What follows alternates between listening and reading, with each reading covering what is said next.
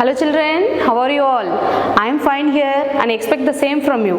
I am Dakshayani handling biology from Bharata Star Metric Higher Secondary School, Arakonam. Children, today we are going to discuss 9th standard biology, the second lesson, the cell.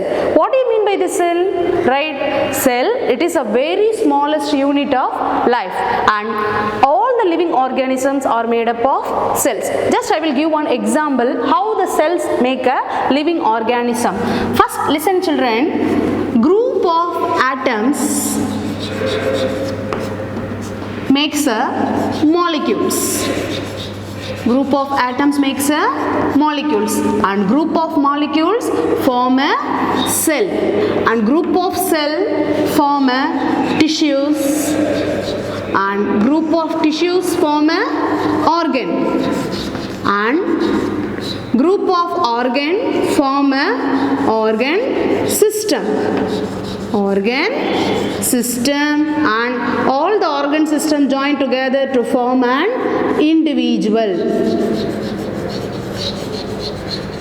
Understood children? Just listen. Group of cells make a tissues, group of tissues make a organ, group of organ form a organ system and all the organ system join to form a individual. For example, I will tell you an example. You take a nerve cell.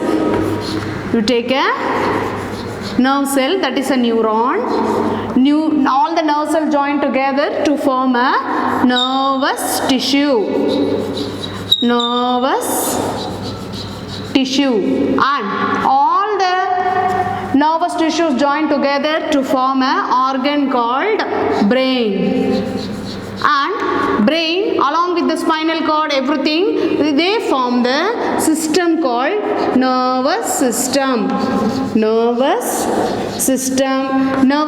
along with the digestive system, muscular system, skeletal system makes a individual.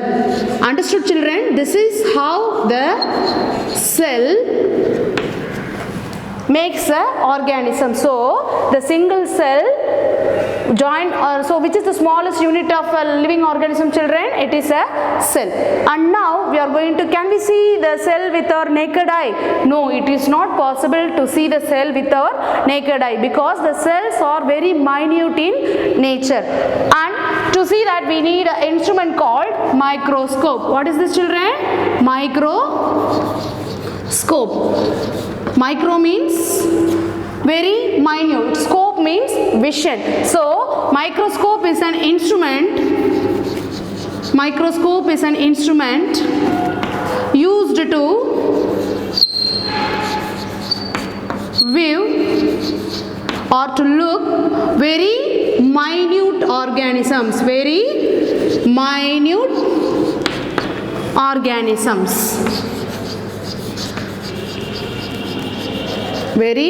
organisms. And now we are going to study about the history of the cell, how it was invented. And the first person, what was his name children? Anton von Leeuwenhoek. Just listen. Anton, A-N-T-O-N, Anton, V-A-N, Van Leeuwenhoek, L-E-E-U-W-E-N-H-O-E-K. He was the first person who discovered the cell. How he discovered the cell? And he found out a microscope and with that he viewed the microorganisms present in the rainwater. But he did not use the term cell. Just he named it as a word called animalcules. What we say children? Animalcules. So, who was the first person to discover the cell? Anton van Leeuwenhoek. He observed the cell, but he did not name it as a cell. He called by the name animalcules. And later, the next person, Robert Hooke. What was the name, children? Robert Hooke. He was the first person who identified the cork. What is a cork? Cork is a dead tissue. Cork is a dead tissue obtained from the bark of the tree. We say in Tamil pattai, right? From that he observed, he took a small piece of that and observed under the microscope, and he observed the cells like this. What was the structure? Like this. While he was observing under the microscope, the cork appeared like this, like a honeycomb. Honeycomb, like this. So it has a hollow space inside. So in Latin, hollow space means cella. What is this, children? Cella means hollow space. Hollow space. So since he observed many hollow space like cavities here, so he named it as a cell. So from the word cella, he termed the as cell. Now did you understand who first discovered the cell and how it was named as a cell? Now I will ask you some questions, children. Who discovered cell for the first time? What is the name, children? Anton van Leeuwenhoek. Who coined the term cell? Robert Hooke. Okay, children, and now we are going to study about the cell theory. Children, the next topic what we are going to discuss is the cell theory. Is the cell theory. And there were the two persons, Matthias Kleiden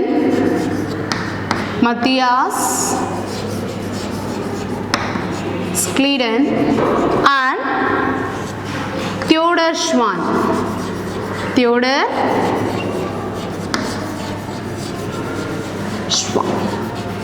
Okay, and these two personalities here, Matthias Kleiden, he was a botanist. And Theodor Schwann, he was a zoologist.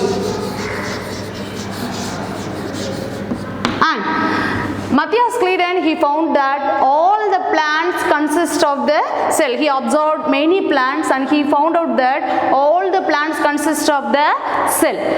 The similar observation was made by Theodor Schwann in the animals also. He also proved that all the animals are made of cells. Since their view, both the Matthias and Schwann's, since their view were similar, they together proposed a theory called cell theory. What was it, children?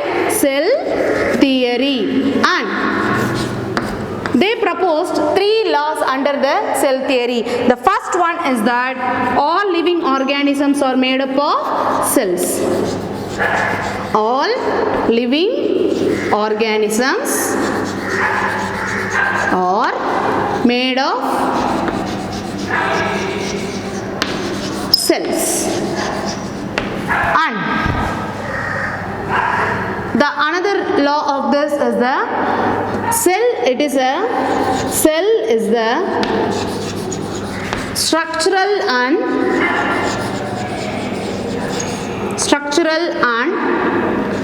functional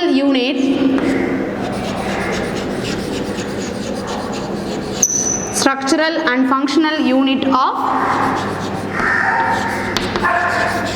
life.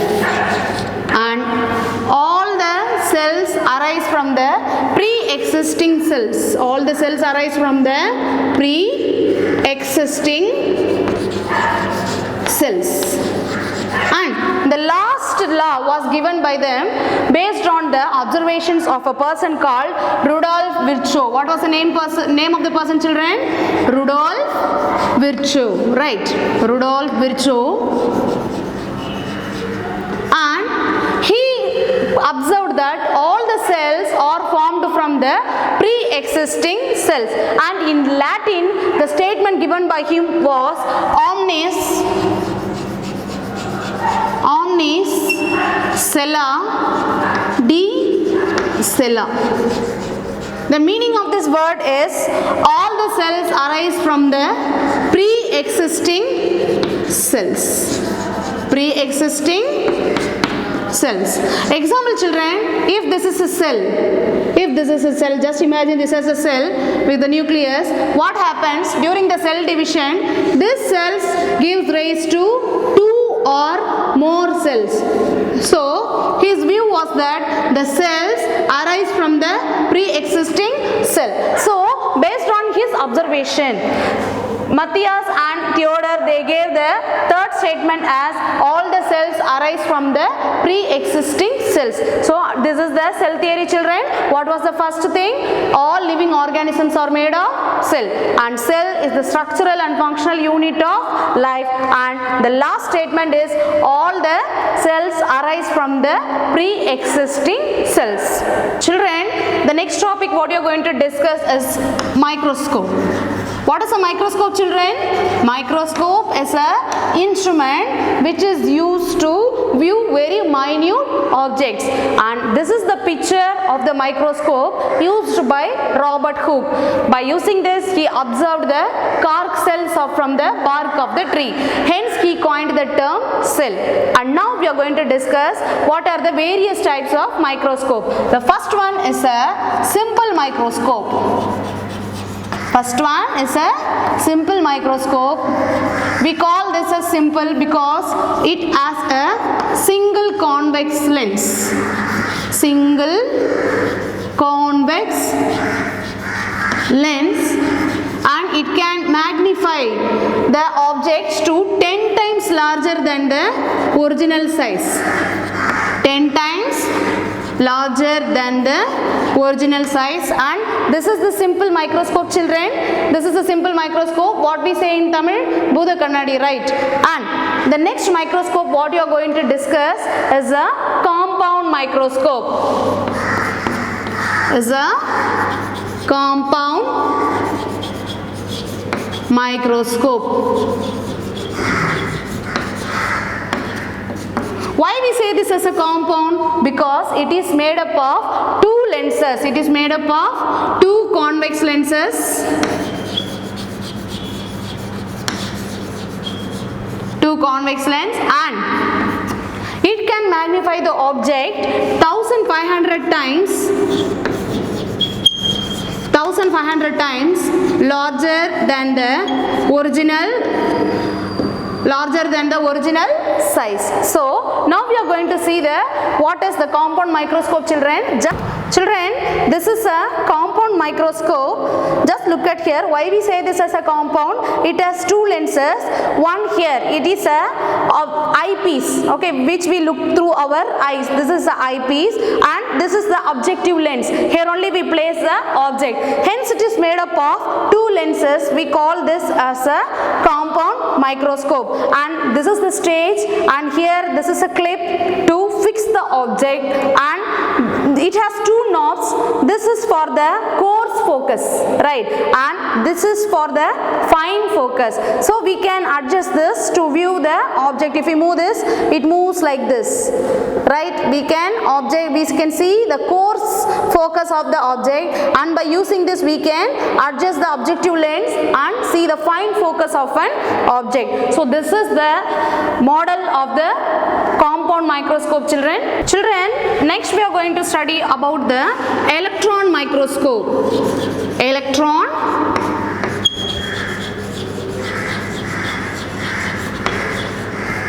microscope. This is the diagram of the electron microscope. And why we say this as an electron microscope? Because instead of the visible light, we are using the beam of electrons. Beam of electrons. In the compound microscope, we use sunlight, right? So we can call this as a light microscope also. We can call this as light microscope. But here in the electron microscope, instead of the visible light, the beam of electrons are used. So we call this as a electron microscope, and it can magnify the object 2 lakhs times. How many times, children? 2 lakhs times. 2 lakhs times larger than the original size. Now listen, children, three types of microscope: simple, compound and electron microscope. Simple microscope can magnify the object 10 times larger than the original size. Next, the compound microscope can magnify the object 1500 times larger than its original size. And the electron microscope, it can magnify the object 2 lakhs times larger than its original size. And next we are going to discuss about the cell structure, cell shape, cell size and cell composition. Children, now we are going to discuss about the cell shape and the cell size, cell number, and the last one is a cell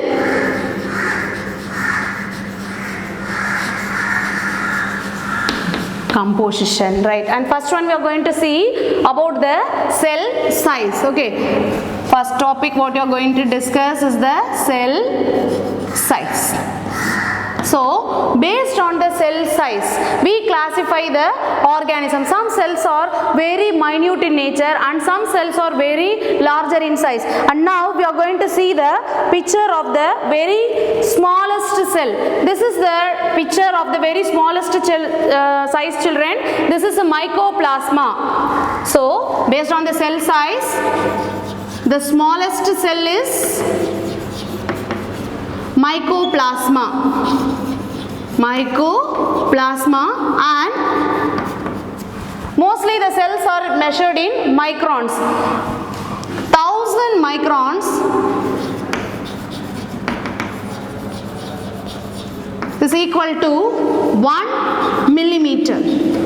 Okay, so the diameter of the mycoplasma is just 0.1 micrometer. So just imagine how the size of the mycoplasma will be. And the next topic what you are going to discuss is the longest cell.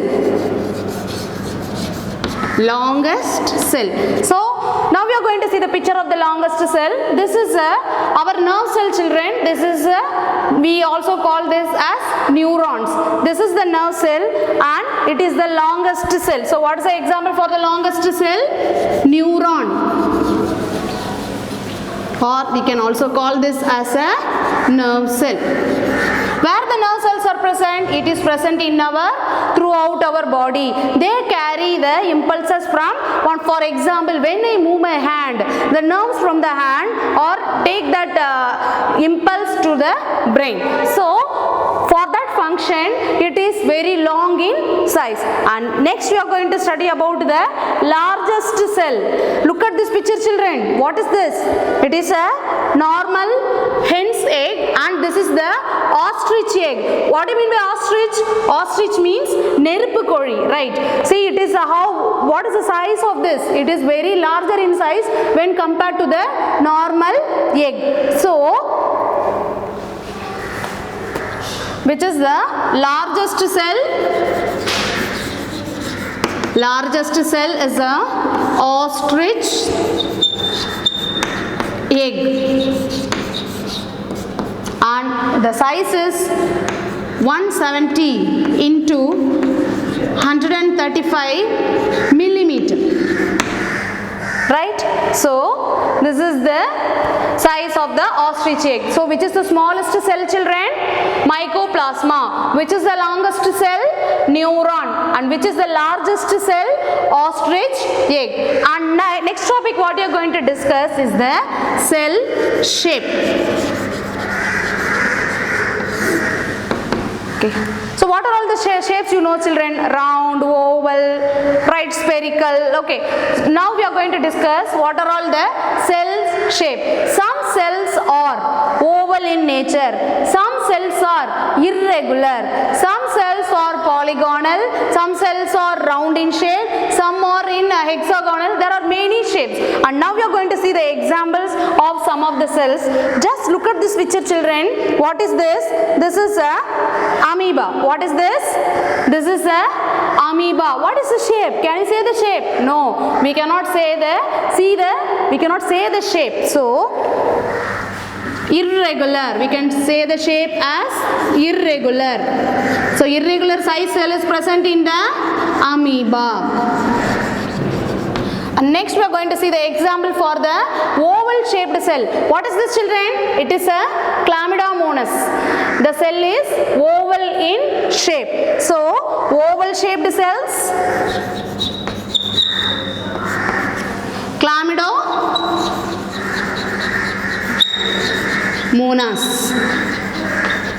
Chlamydomonas. And next we are going to see the slipper shaped cells. What is the slipper shaped cells? Just look at this picture, children. This is a paramecium. This is a paramecium, and this paramecium is slipper shaped, right? So slipper shaped cells,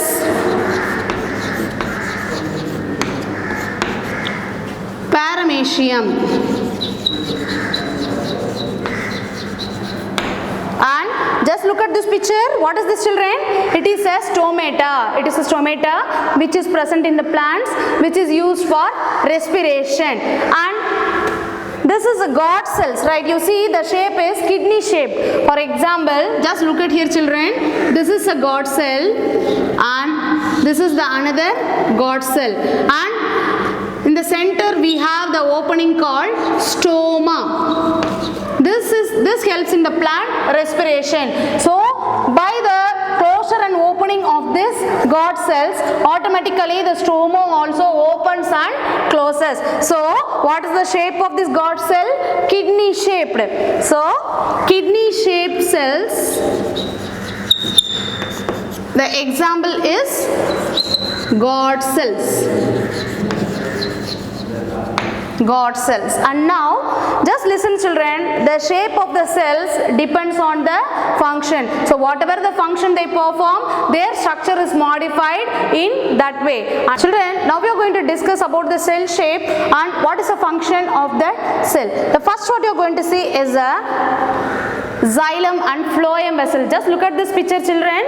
It is the xylem and the phloem vessels present in the plants, right? What is the shape of this? It is very long, narrow and cylindrical in shape, right? So now we are going to see the function. So the first is xylem and phloem. What is the function of this?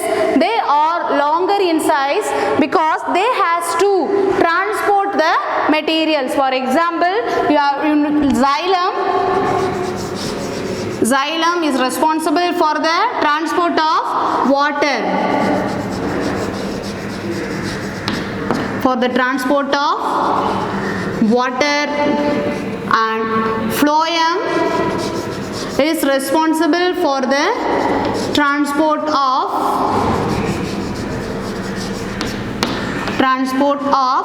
food and nutrition to the plants. So since their function is transporting, only it is possible when it is longer or narrow in shape. So the next type, next cell what we are going to discuss is this, children. This is a kidney shaped cell, God cells, right? So second one is a God cells.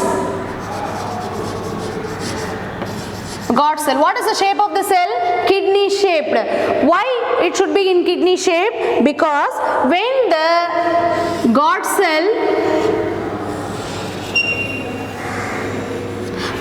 cells absorb water, the God cells become rigid. Rigid means what? Strong. That time the stoma, the center opening is a stoma, it opens, and when it loses the water, automatically the stoma closes. So what is the function of the God cell, children? The function of it, the God cell is to closure and to regulate closure and opening of stomata. Opening of stomata. Right. And the next cell what we are going to discuss is the muscle cell. Just look at this picture, children. What is this? This is the various types of muscles present in our body. How it looks like? It looks like cylindrical, elongated, right? Why it should be like this? Because when I move my hand, okay, automatically the bone has to move, right? So that the muscles has to contract. So the muscles are long, narrow and contractile in nature to facilitate the movement, to allow the free movement. So what is the next cell, children? Muscle cell. Muscle cell, what is the function of the muscle cell? Movement of the bones, because bones cannot move alone without the coordination with the muscles. Children, what is this? Arun, just answer my question. What is this? What do you look in this picture? It is a RBC. What is the function of the RBC? Just Hema, just answer my question. What is the function of RBC? We can discuss now, right? And the next cell is a red blood cell, which say in short as RBC. Where it is present? It is present in our blood. And what is the shape, children?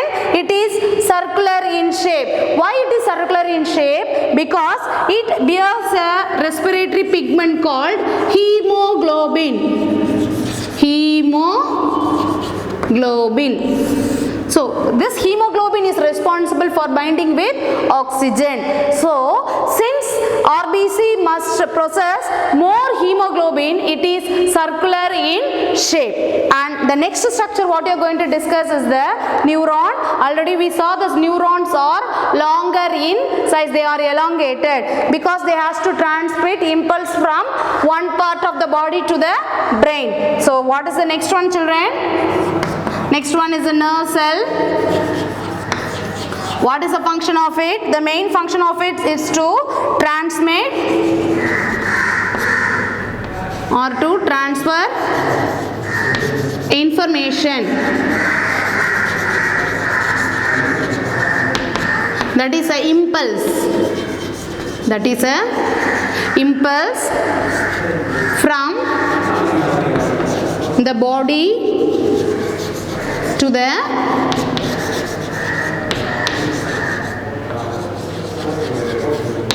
brain. So now we have discussed some of the cells and what are their functions. Now I'll ask you some questions, children. Akshaya, just answer my question. What is the function of the xylem? Yes, very good. The function of the xylem is to transport water. From where do they get water? From the soil, from roots to the upper part of the plant. Okay. Next question. Arvind, just answer my question. What is the function of the phloem? The function of the phloem is to transfer, very good, food materials from one leaf to other parts of the plant. Very good, children. We shall move to the next topic. Children, the next topic what you are going to discuss is the cell number.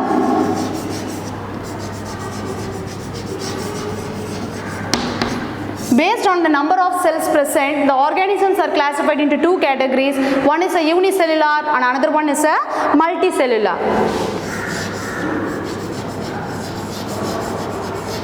Unicellular and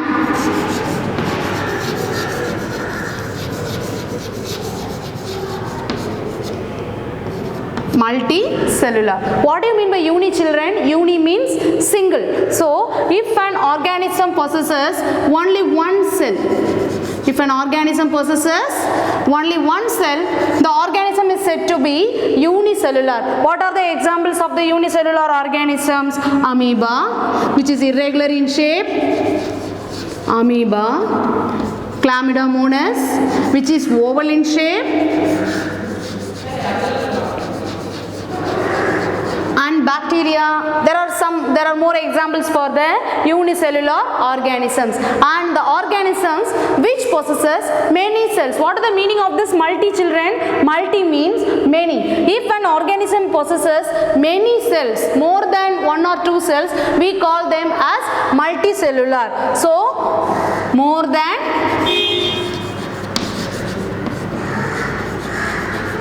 one cell. More than one cell, we call them as multicellular. Maybe millions. Even in our body there are millions of cells, children. So what are the examples for the multicellular organisms? Fungi, plants, animals, human beings. right? There are more examples for the multicellular organisms. And now we are going to discuss about the cell composition. What do you mean by cell composition, children? Cell composition.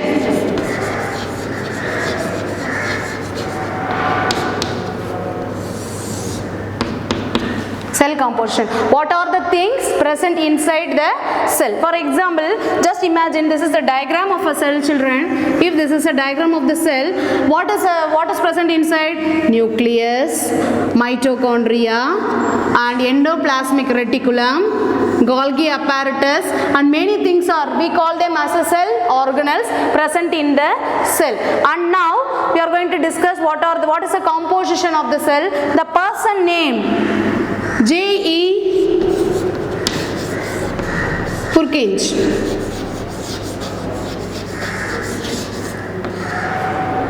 He belongs to the country Czechoslovakia, right? He was a person who found the fluid present in the cell. There is a fluid present in the cell, children, that is surrounding, it moves in the cell. He called it as protoplasm. What he named, children? Protoplasm. Why he named it as a protoplasm? Because proto means first. Proto means first and plasm means form. So the first formed, he found it first time, so he named it as a protoplasm. And protoplasm, it is a life-giving substances. It is a life-giving substance. Why we say this as a life-giving substance? Because the nutrition necessary for the cell to survive is provided by the cytoplasm, the fluid present inside the cell. And now we are going to see what is the composition, what are the things present inside the cell. It consists of 75% of water, 75% water, and 2 to 10% proteins. 2 to 10% proteins, 1 to 10% fats, and it also consists of carbohydrates,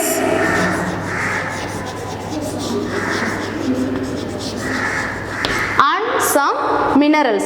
So what is the composition of the cell, children? It consists of 75% water, 2 to 10% proteins, 1 to 10% fats, and some carbohydrates and some minerals. So let me ask you some question, children. Arun, just answer my question. Give an example for the unicellular organism. What is answer? Yes, very good. Amoeba. Okay, give applause to Arun. Next, who discovered cell composition? Akshaya, just answer my question. J.E. Purkinje. Very good, children. Very good. Children, now the topic what you are going to discuss is the relationship between the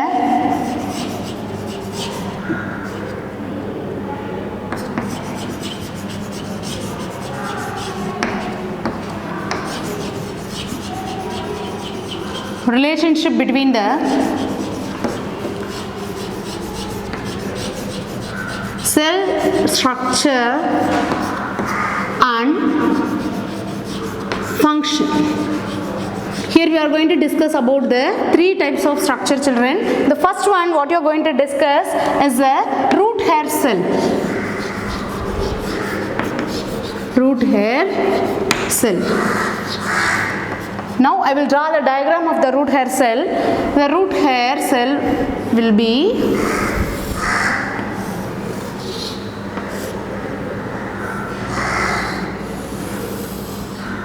like this, and this is a root hair cell. What is the function of the root hair cell, children? The function of the root hairs is to absorb water from the root, and it has a nucleus and it has a vacuole like this. It has a vacuole like this. So this is the structure of the root hair cell. Why the root hairs are elongated and branched? Because to increase the surface area of absorption, because the roots has to travel deep inside the soil to absorb water molecules from the soil. Hence the root hair cells, or the structure is like this to help them in absorption. And the next structure what you are going to discuss is the xylem vessels.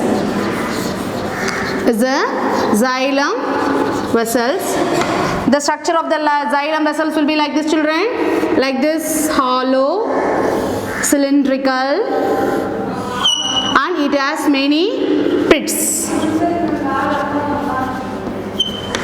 What is the function of the xylem? We already discussed. The function of the xylem is to absorb water. It is cylindrical in shape. There is no cross walls between them, so that the water can freely move into the cavity. And apart from this layers, right? The outermost covering of the xylem is made up of a substance called lignin. It is made up of the substance called lignin. So it gives mechanical support to the xylem. So, and the next topic what you are going to discuss is about the RBC.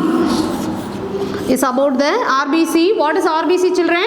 Red blood cells which is present in our blood. What is the function of what is the structure of the RBC? It is circular, or it is disc shaped, right? It will be like this.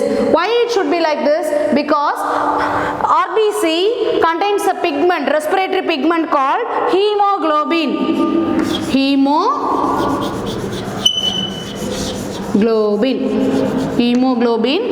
This hemoglobin binds with oxygen. We breathe oxygen, right? The hemoglobin present in the blood binds with the oxygen to form oxyhemoglobin. Since this RBC has to accommodate more hemoglobin, it is circular in shape. So this is the relation between the cell structure and function, children.